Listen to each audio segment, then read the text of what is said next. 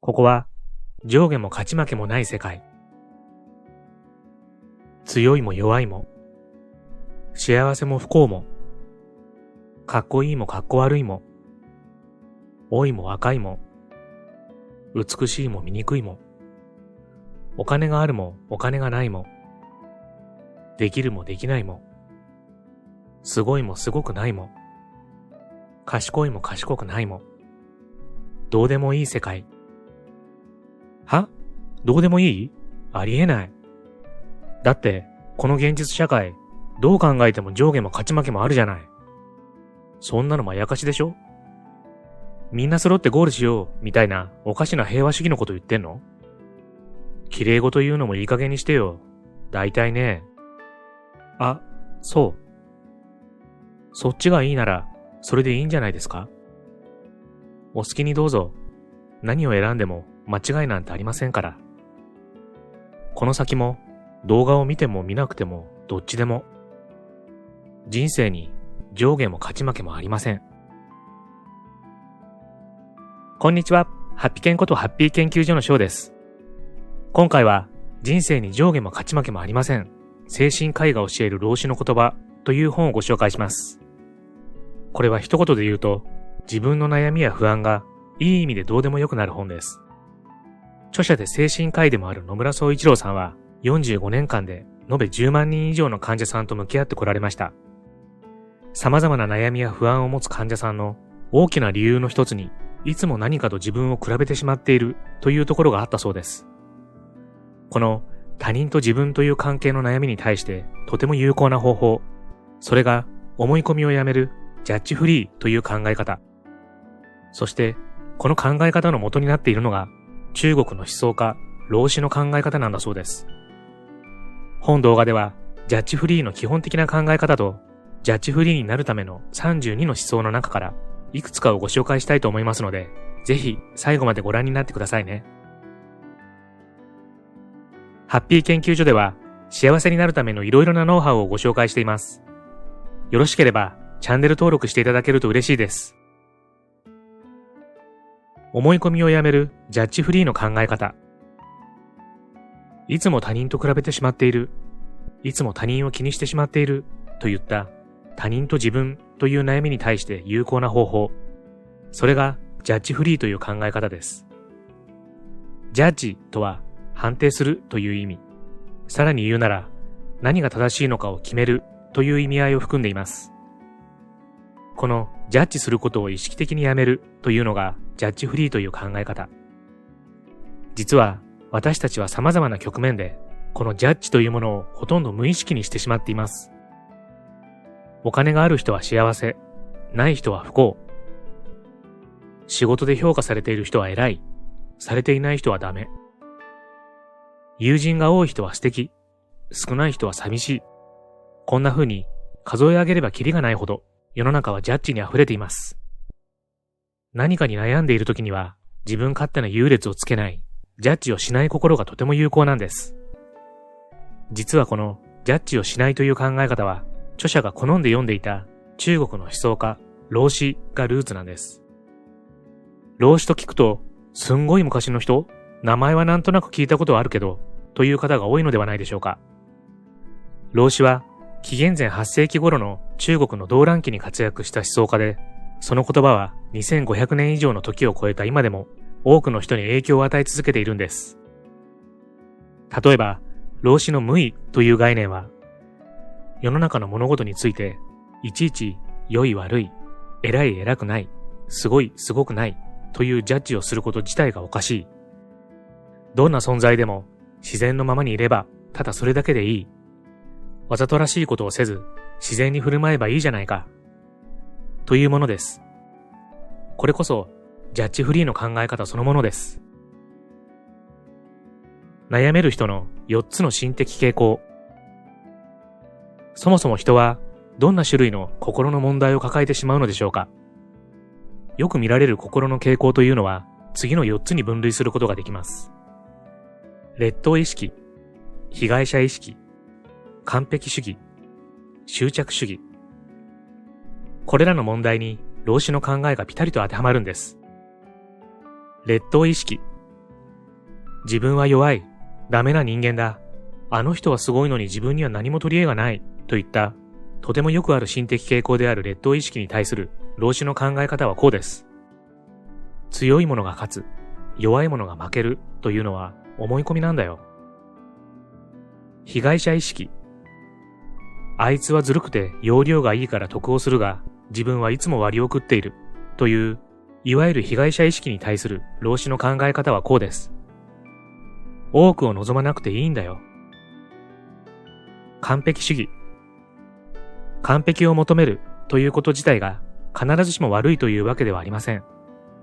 ですが、それが自分は完璧でなければならない、こうあらねばならない、と自分自身を追い詰めてしまっている完璧主義に対する老子の考えはこうです。所詮、価値は相対的なもの、絶対的な価値基準など存在しないんだよ。執着主義。自分の考えや価値観に固執するあまり、他人や自分と異なる考え方を受け入れることができない執着主義に対する老子の考えはこうです。自然のまま流れに任せて生きるのがいいんだよ。老子の考えというのは、ある意味では弱さを承認する思想ですから、甘えを認める哲学と取られかねないところがあるのも事実です。でも、今という時代を生きるには、老子のように抜き道を行くようなひょうひょうとした心持ちがむしろ武器になり得るのです。では、この老子の言葉を元にしたジャッジフリーな32の考え方のうち、いくつかをご紹介しましょう。昆布の思考。あ、昆布の味だ、と言われてしまうようでは、いい仕事とは言えません。なんか美味しいね、と言われて初めて成功です。自分はこれまで何を達成し、何を残してきたのか。そう考えると、自分が何も残していないので、とても暗い気分になる。いい年をして何者でもないなんて、自分の人生が無意味だったような気持ちになる。そんな時は、昆布のことを考えてみてください。本当に優れた生き方、本当の業績、功績というものは、後に何か遺物を残すというようなものではない。優れた生き方とは無意自然に帰するもの。何か証を残すことを企てるようでは本物ではない。以前、とある昆布の職人さんがこんな話をしていたそうです。昆布の出汁が効いているねと言われるようではまだまだなんです。昆布の存在なんて気がつかないけれど、口にした人がなんかすごく美味しいねと感じてくれる。それがかっこいい仕事なのだと思います。そう。この昆布のように本当に価値ある何かを成した人というのはアピールなどしないのです。さらに誰々がやったという足跡すら残さないのが本物だということなんです。昆布は自分が主役にはならないけれど、主役を陰で美味しく引き立てる。しかもそれなのにあるのとないのでは大違いといった役割を無言で全うするのです。もしあなたが自分は何も残せていないと嘆いているなら、そんなことを気にする必要はありません。それよりも事実として、あなたが日々やっていることは必ず誰かの役に立ち、回り回って誰かの人生を支えています。ああ、自分は名もなき功績を残しているんだ、とこっそり、人知れず胸を張ればいい。その方が、はるかに高貴ないい生き方だと思います。自分は何も残していない、と嘆く必要は全くない。本当に優れた生き方をしている人は、自分の後に何も残していかないものだ。鏡の思考。おっと危ない。自分。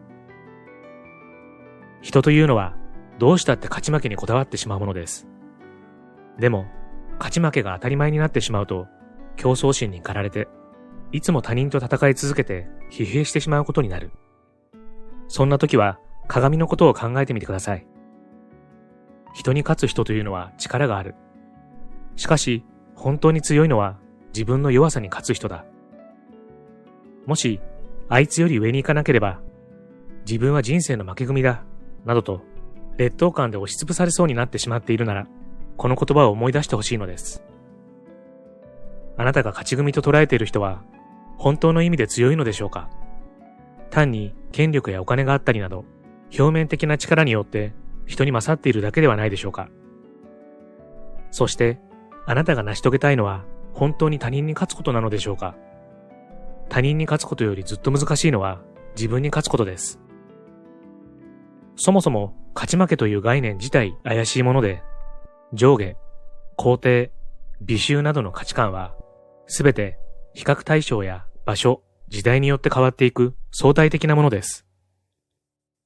負けがあるから勝ちがある。勝ちがあるから負けがある。では、どっちもなかったら？別に何事もない。ただ自然な状態がある。それだけです。ですから、すぐに他人と自分を比べて、勝った、負けたと右往左往する前に、鏡を出して自分の顔をまっすぐに見つめてみてください。そこに映っているのは他人ではなく、あなたです。戦うとすれば、相手はその人、つまりあなた自身なのです。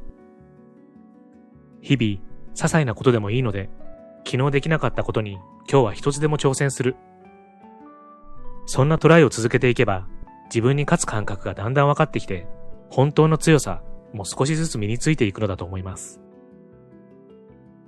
勝ち負けという概念自体怪しいもの。そんなものに振り回されず、他人に向いた視線を自分自身に向けてみる。